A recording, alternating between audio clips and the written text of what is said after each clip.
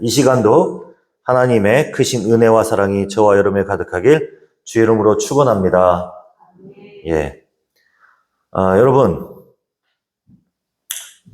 미국의 남북 전쟁이 끝나고 1865년 노예 해방령이 선포되었을 때 있었던 그런 실화의 이야기입니다. 텍사스의 한 농장에는 수십 년간 노예로 살아온 한 흑인이 있었습니다. 그런데 놀랍게도 이 사람은 이 전쟁이 끝나고 2년이 지나도 여전히 그 농장에서 노예처럼 일하고 있었습니다. 그는 자유인인데도 불구하고 왜 노예처럼 2년을 더 일했을까요? 그 이유는 주인이 그에게 해방된 이 소식을 전하지 않았기 때문입니다. 법적으로는 이미 자유인이 되었는데 그 사실을 모른 채 그 사람은 여전히 노예의 삶을 살아가고 있었던 것입니다. 그러다가 어느 날 다른 사람을 통해서 자신이 이미 2년 전에 자유인이 되었다라는 이 사실을 알게 되었을 때 그는 엉엉 울며 이렇게 외쳤다라고 합니다. 나는 이미 자유인이었다는 말입니까? 라고 외치며 그렇게 울었다고 그럽니다. 사랑하는 성도 여러분, 오늘 이 흑인의 이 모습, 혹시 우리도 이 사람과 같지 않을까요? 그리스도 안에서 이미 죄로부터 해방된 자유인이 되었는데 그 사실을 모르거나 믿지 못한 채 여전히 죄의 노예처럼 살아가고 있지는 않으십니까? 오늘 이 시간 하나님께서 저와 여러분에게 들려주는 놀라운 해방의 선언이 있습니다. 그 선언은 죄의 지배는 이제 끝났다라는 선언입니다. 죄의 지배는 이제 끝났다. 사실 우리가 지난 시간에 로마서 5장에서 복음의 정수와 같은 놀라운 선언을 들었습니다. 그 선언은 죄가 더한 곳에 은혜가 더욱 넘쳤다라는 그러한 말인데요. 여러분, 이 말씀은 우리의 실패와 연약함에도 불구하고 죄가 가득한 절망의 자리에서 하나님의 은혜가 아주 폭포수처럼 우리에게 넘치고 넘쳤다. 우리가 지난 시간에 여러분 한번 얘기 드렸잖아요. 이 컵에 그 정도로 넘친 게 아니라 그냥 폭포수처럼 하나님의 은혜가 넘치고 넘쳤다라고 여러분들에게 말씀드렸죠. 우리에게 그렇게 넘쳐났어요. 하나님의 은혜가. 그런데 이 위대한 선언, 이 위대한 선포 앞에 인간은 교묘하고 잘못된 생각과 마음으로 위험한 생각을 품기 시작합니다. 어떤 생각이냐면, 죄가 더한 곳에 은혜가 더욱 넘친다. 그렇다면 은혜를 더 받고 경험하기 위해서 좀 더 죄를 많이 지어야 되겠다 라고 위험한 생각을 한다라는 거죠. 이게 인간의 연약한 모습이에요. 그런데 사도 바울이 로마서를 기록하던 1세기 로마교회 안에서 율법 없이 오직 믿음으로 말미암아 구원을 얻는다라는 이 복음의 선언을 들은 이방 성도들이 바로 이 잘못된 생각을 가지고 또 이 유혹에 직면해 있었다라는 것입니다. 이에 대해 사도 바울은 인류 역사상 가장 단호한 외침으로 그 잘못된 생각을 가로막고 있는 것입니다. 절대 그럴 수 없다. 절대 안 된다. 결코 있어서는 안 된다라고 강력하게 부정하고 있어요. 왜일까요? 왜 사도 바울이 이렇게 강력하게 부정하고 있을까요? 왜 은혜로 구원받은 우리는 더 이상 죄 가운데 살 수 없는 것일까요? 오늘 그 이유를 예수님께서 저와 여러분에게 들려주고 싶어하는 메시지입니다. 예수님께서 저와 여러분에게 들려주고 싶은 메시지예요. 이 핵심 메시지는 그리스도 안에서 얻은 새로운 신분으로 죄의 지배는 끝났다 라는 것을 말씀하는 것입니다. 이 진리의 메시지 안에 담긴 세 가지 핵심 메시지를 우리가 오늘 살펴보며 우리 모두가 생명의 원리를 깨달아 죄에서 참된 자유함을 누리는 그런 은혜의 시간이 되길 주의 이름으로 축원합니다. 예. 먼저 그러면 첫 번째로 우리는 그리스도와 함께 죽은 자라는 이 진리를 확신해야 한다라는 것입니다. 다시 말씀드립니다. 우리는 그리스도와 함께 죽은 자라는 이 진리를 확신해야 한다라는 거죠. 그래서 사도 바울이 2절에서 단도직입적으로 여러분 답변하고 있는 말씀이 있는데 2절 말씀을 같이 한번 읽어보도록 하겠습니다. 그럴 수 없느니라. 죄에 대하여 죽은 우리가 어찌 그 가운데 더 살리요. 예. 여러분 여기에서 죽었다라고 하는 이 말은 이미 완료되어 끝난 사건을 말하는 거예요. 네, 여기에서 지금 말씀하고 있는 이 죽은이라고 하는 이 죽었다라는 말은 이미 완료돼서 끝난 사건을 말하는 거라는 거죠.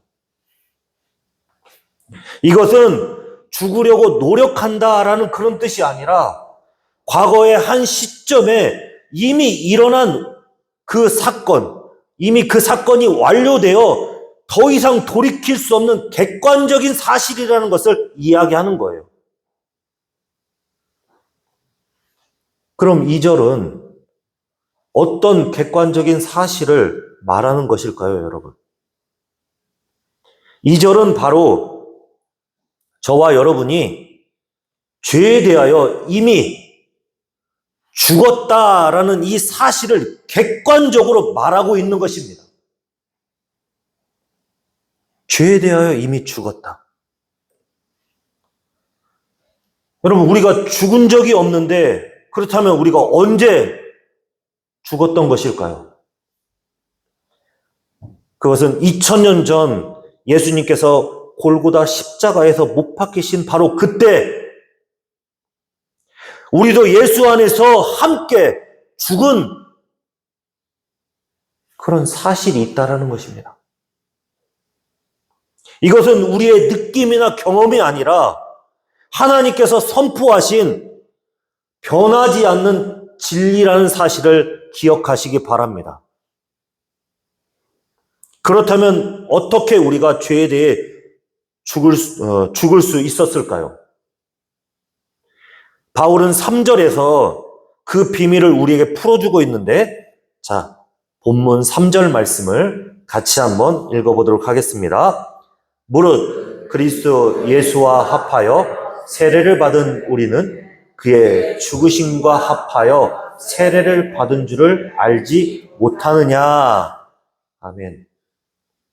여러분, 여기에서 합하여라고 하는 이 표현은 그리스도 안으로라고 하는 그런 뜻을 가지고 있어요. 그리스도 안으로. 우리가 그리스도 안에 완전히 접붙여졌다라는 그런 뜻을 가지고 있는 거예요. 예수님 안에 접붙여졌다. 이것은 모든 비밀을 풀어주는 열쇠가 되는 말씀입니다. 이 말은 우리가 자주 사용하는 바로 그리스도와 연합했다. 그리스도와 연합이라고 하는 이 말을 뜻하는 거예요. 그러니까 여러분, 우리가 받은 세례, 그 세례가 단순한 교회 의식이 아니라 하나님의 은혜 언약의 표이며 바로 인이라는 사실을 성경이 증거하고 있는 거예요. 우리가 예수 그리스도와 한 몸이 되어 예수님의 죽음에 동참했고, 예수님이 장사 지낼 때 우리가 그곳에 동참했다라는 것을 확증해주는 하나님의 약속의 도장이 바로 세례다라는 것을 이야기할 수 있어요. 여러분, 로마 시대에 한 노예가 죽으면 그 주인은 더 이상 그 죽은 노예에 대해 아무런 법적인 권리를 행사할 수 없었습니다. 죽음은 모든 법적 관계를 완전히 끊어버리는 것이기 때문에 효력이 상실되는 거예요. 여러분, 바로 이것입니다. 이것. 과거의 죄의 노예였던 우리의 옛사람, 예수 그리스도께서 골고다 십자가에서 못 박히실 바로 그때 우리의 옛사람이 예수님과 함께 처형당했다라는 것을 말하는 것입니다. 이것은 우리가 지난 시간에 살펴봤던 여러분 대표성의 원리 아시죠? 우리가 지난 시간에 살펴봤죠? 대표성의 원리. 네, 그거에 해당되는 진리예요. 이 진리를 여러분 믿으시기 바랍니다. 그래서 여러분 6절이 이렇게 선포하고 있는데 같이 6절 말씀을 한번 읽어보도록 하겠습니다. 우리가 알거니와 우리의 옛사람이 예수와 함께 십자가에 못 박힌 것은 죄의 몸이 죽어 다시는 우리가 죄에게 종노릇하지 아니하려 함이니. 아멘. 여러분, 제가 여러분들에게 말씀드렸잖아요. 우리가 예수 그리스도와 함께 골고다에서 죽었다. 성경이 그것을 분명하게 얘기하고 있잖아요. 우리의 옛사람이 예수와 함께 십자가에 못 박힌 것은, 여러분 여기에서 중요한 말이 나오는데 바로 죄의 몸이 죽어 라는 이 표현입니다. 죄의 몸이 죽어. 여러분, 이 표현은 무력화되다, 효력을 상실하다 라는 그런 뜻을 가지고 있어요. 이 말씀처럼 죄는 이제 더 이상 우리에게 아무런 효력을 발휘할 수 없다라는 것을 말하는 것입니다. 이제 더 이상 죄는 저와 여러분의 합법적인 주인이 아니라는 것을 성경이 얘기하고 있는 거예요. 이제 죄는 폐위된 왕이며 우리에게 명령할 권세를 완전히 잃어버린 폭군이라는 것을 여러분 잊지 마십시오. 죄는 이제 더 이상 우리에게 효력이 없어요. 모든 것을 다 상실해버렸어요. 그 말씀이 여러분 갈라디아서 2장 20절이 이를 증언하고 있는데 갈라디아서 2장 20절 말씀을 같이 한번 읽어보도록 하겠습니다. 내가 그리스도와 함께 십자가에 못 박혔나니 그런즉 이제는 내가 사는 것이 아니요 오직 내 안에 그리스도께서 사시는 것이라. 이제 내가 육체 가운데 사는 것은 나를 사랑하사 나를 위하여 자기 자신을 버리신 하나님의 아들을 믿는 믿음 안에서 사는 것이라. 아멘. 여러분, 우리가 죄와 싸울 때마다 항상 우리가 고백하는 게 있죠. 나는 왜 이렇게 약할까? 나는 왜 이렇게 죄에 대해서 절망할까? 죄가 왜 나를 이렇게 힘들게 할까? 그렇게 여러분 얘기할 때가 있어요. 그런데 여러분 이 모든 것은 우리가 출발점이 틀렸기 때문입니다. 우리는 죄를 이기려고 노력하는 가련한 노예가 아니라 이미 죄에 대해서 죽은 영광스러운 자유인이라는 것에서부터 출발해야 된다는 거예요. 그래서 여러분 성령의 조명하심 없이 내 힘으로 죄와 싸운다라는 것, 여러분 이것만큼 힘들고 절망스러운 이 사실이 없다라는 것을 여러분들이 좀 알아야 되는 것입니다. 그래서 이제부터 성령 하나님을 의지하여 죄를 이겨내고 승리하는 삶을 살아가시기를 간절히 소망합니다. 하나님은 이미 저와 여러분에게 승리자라고 선언하셨어요. 이 진리를 붙잡고 예수 안에서 참된 자유를 누리며 살아가는 저와 여러분이 되길 주의 이름으로 축원합니다. 그렇다면 이제 여러분 두 번째 질문이 여기서 생겨나게 되는데요. 이 객관적인 진리를 우리가 우리의 삶에 어떻게 현실로 만들어서 살아갈 수 있을까요? 바로 이 지점에서 사도 바울이 11절에 중요한 핵심을 우리에게 제시하고 있는데 11절 말씀을 같이 한번 읽어보도록 하겠습니다. 이와 같이 너희도 너희 자신을 죄에 대하여는 죽은 자여 그리스도 예수 안에서 살아있는 자로 여길지어다. 아멘.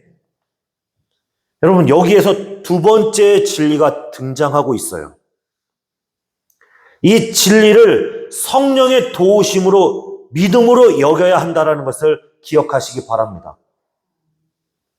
여러분 여기에서 11절 말씀에 중요한 말이 나오는데 바로 여길지어다 라는 이 말입니다. 여길지어다. 여러분 이 말은 회계장부에서 쓰이는 그런 전문 용어인데요. 이 말은 계산한다, 장부에 기입한다, 확정하여 적어 넣는다 라고 하는 그런 뜻을 가지고 있어요. 확정하여 적어 넣는다.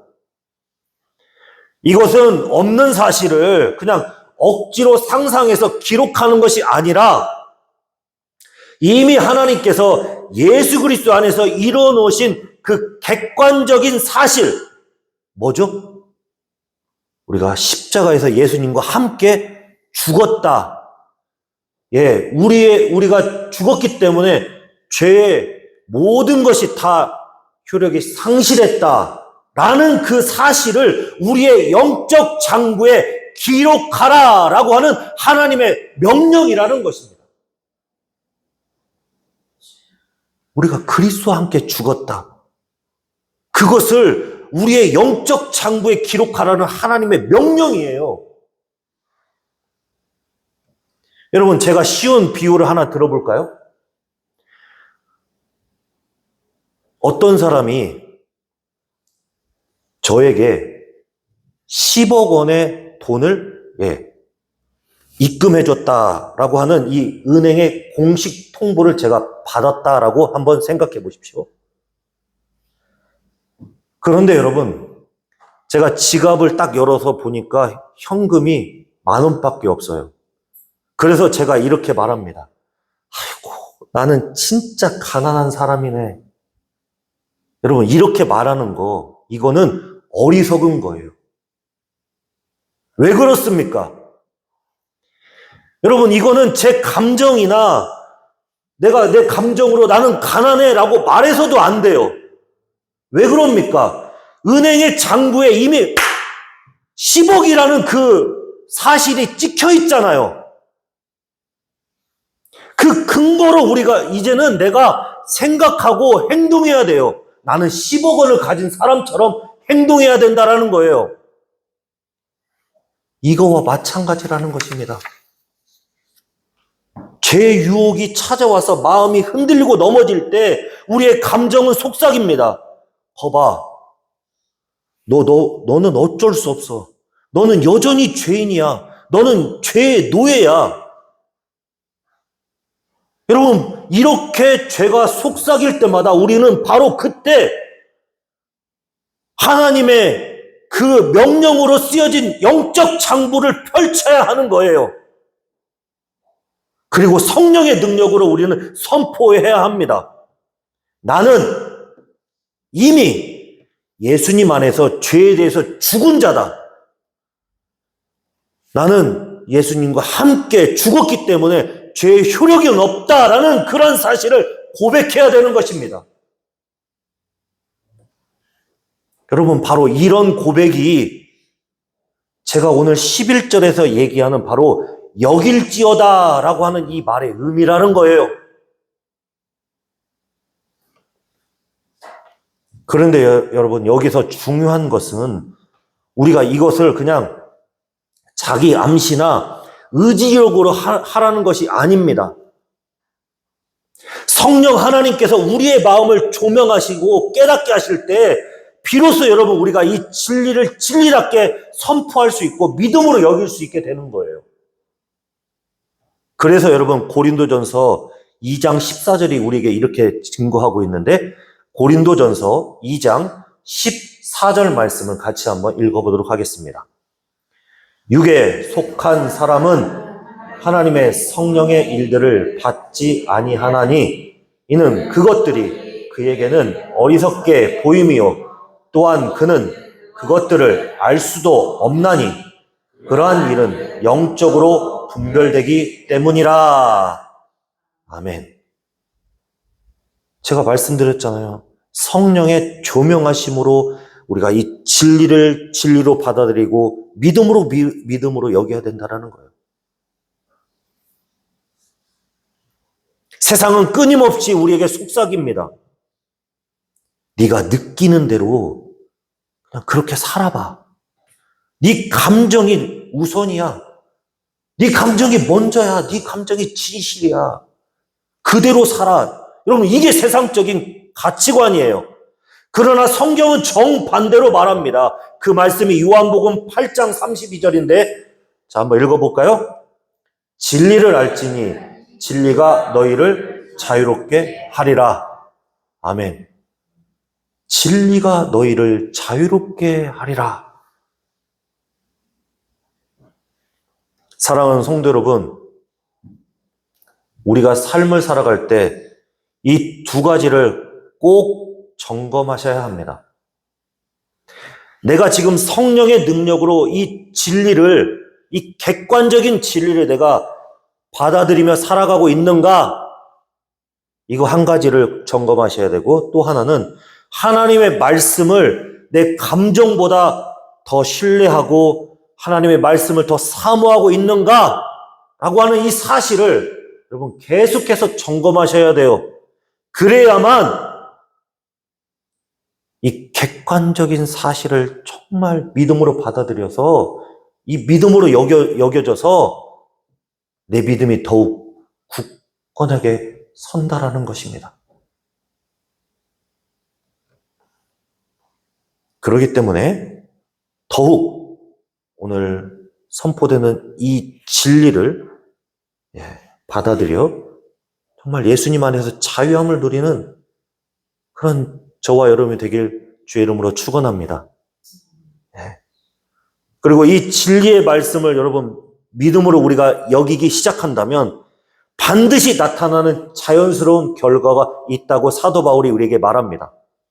바로 그것이 오늘 세 번째 결론인데요. 자, 마지막 세 번째는 우리의 삶 전체를 의의 무기로 하나님께 드려야 한다라는 것입니다. 우리의 삶 전체를 의의 무기로 하나님께 드려야 된다. 자, 그 말씀이 13절 말씀에 증거하고 있는데 로마서 6장 13절 말씀을 같이 한번 읽어보겠습니다. 또한 너희 지체를 불의의 무기로 죄에게 내주지 말고 오직 너희 자신을 죽은 자 가운데서 다시 살아난 자같이 하나님께 드리며 너희 지체를 의의 무기로 하나님께 드리라. 아멘. 여러분, 여기에서 말하고 있는 이 지체는 우리의 눈, 귀, 입, 손발, 이 모든 것들을 가리키는 말이고, 여러분, 무기라는 말은 여러분 잘 아시잖아요. 전쟁의 도구를 의미하는 말이에요. 그런데 여러분, 우리의 이 지체가 과거에는 죄가 다스리는 왕국에서 불의의 무기로 사용되었다라는 것입니다. 그러나 이제는 우리의 주인이 완전히 바뀌었습니다. 우리는 하나님 나라의 백성이며 그리스도의 군사가 되었어요. 그러므로 우리는 이제 우리의 몸이 하나님 나라를 위한 의의 무기, 이걸로 바뀌어서 하나님께 우리의 자신을 전적으로 드려야 되는 거예요. 하나님 우리를 사용해 주시라고, 우리를 의의 무기로 사용해 주시라고 우리 자신을 하나님께 드려야 되는 거예요. 그래서 여러분, 가정에서, 부부관계에서 더 사랑하고 인내하는 것, 또 자녀를 하나님의 말씀으로 양육하는 것들, 직장에서 정직하고 최선을 다하는 것, 성실하게 하는 것, 학생이라면 정말 성실하게 공부하는 것, 그리고 교회에서 맡긴 그 직분을 성실하게, 신실하게 감당하는 바로 이런 삶들이 여러분 하나님 나라의 의의 무기로 우리를 기꺼이 하나님 앞에 드리는 일이라는 것을 기억하시기 바랍니다. 여러분, 그래서 로마서 12장 1절이 이렇게 우리에게 말하고 있어요. 12장 1절 말씀 같이 한번 읽어보도록 하겠습니다. 그러므로 형제들아, 내가 하나님의 모든 자비하심으로 너희를 권하노니 너희 몸을 하나님이 기뻐하시는 거룩한 산 제물로 드리라. 이는 너희가 드릴 영적 예배니라. 아멘. 사랑하는 성도 여러분, 명예욕이나 무력과 같은 인생의 그 무거운 짐들을 다 이제는 내려놓으십시오. 여러분, 우리에게 정말 중요한 사명, 그게 있어요. 그 사명은 하나님의 영광을 위해서 사는 것입니다. 우리가 그것을 붙잡고 살아가야 되는 것입니다. 자, 이제 오늘 말씀을 정리합니다. 사도 바울은 14절에서 가장 위대한 하나님의 약속을 선포하고 있는데, 자, 14절 말씀 같이 한번 읽어보도록 하겠습니다. 로마서 6장 14절입니다. 죄가 너희를 주장하지 못하리니 이는 너희가 법 아래 있지 아니하고 은혜 아래 있음이라. 아멘. 우리의 승리는 우리의 강함에서 나온 것이 아닙니다. 우리가 은혜의 통치 아래 있기 때문에 죄가 더 이상 우리를 주장하지 못하는 것입니다. 우리는 승리가 보장된 싸움을 싸우고 있습니다. 그러니 절대로 절망하지 마십시오. 절대로 소망을 잃지 마십시오. 사실 우리는 하나님께서 영원전부터 택하시고 성령께서 거룩하게 하시며 예수 그리스도의 보혈의 의롭다함을 받은 하나님의 자녀들이 되었습니다. 저와 여러분을 향한 하나님의 원대한 계획이 있음을 믿으시기 바랍니다.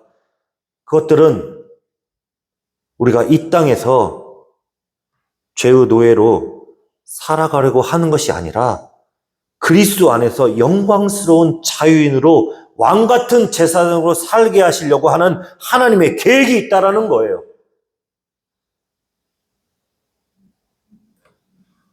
그리고 우리의 최종 목적지가 이 땅이 아님을 우리가 알아야 되는 겁니다. 여러분, 히브리서 11장 6절 말씀이 이렇게 우리에게 얘기하고 있어요. 같이 읽어보도록 하겠습니다. 히브리서 11장 16절입니다.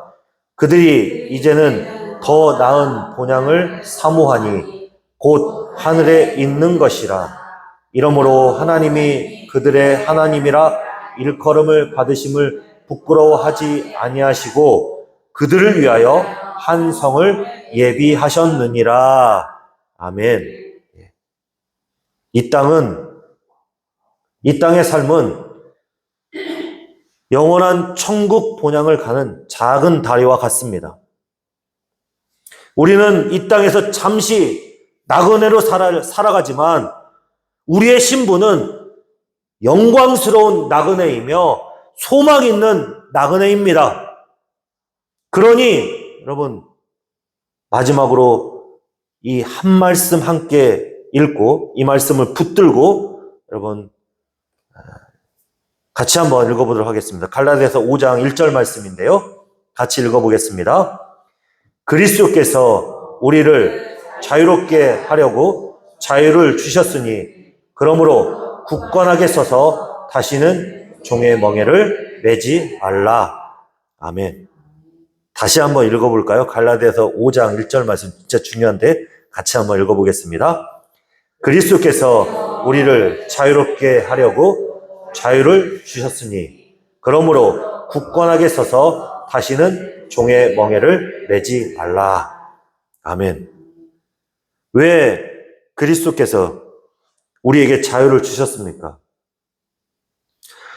죄의 종노릇을 이제 하지 못하도록 죄에서 해방시켜 주시고 하나님의 정말 자녀된 그 영광스러운 그 모든 자유를 누리게 하시려고 우리에게 자유를 주신 거예요. 영광스러운 자유인으로 우리를 만들어 주셨습니다.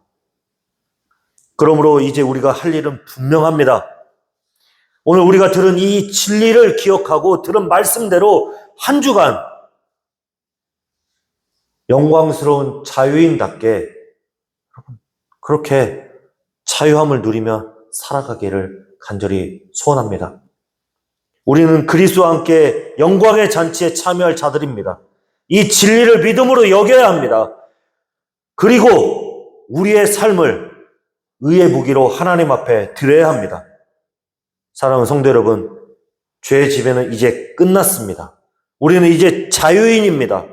이 놀라운 은혜가 제 지배를 끊어내고 참된 자유인으로 살아가는 원동력이 되어 우리의 가정과 일터와 우리의 모든 삶 위에 충만하게 임하기를 주 예수 그리스도의 이름으로 축원합니다.